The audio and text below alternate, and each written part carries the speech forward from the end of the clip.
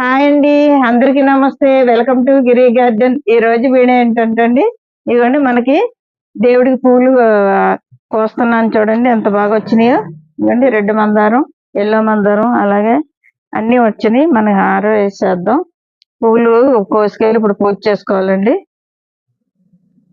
చూసారా ఎంత బాగా వచ్చినాయో. మనం బయట కొనుక్కోక్కర్లేదండి, పూలు మాత్రం దేవుడికి సరిపోతున్నాయి.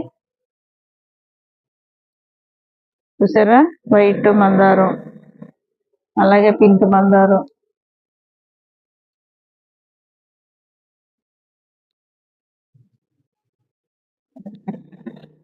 ఇదిగోండి ఇది ఎంత బాగుందో చూడండి.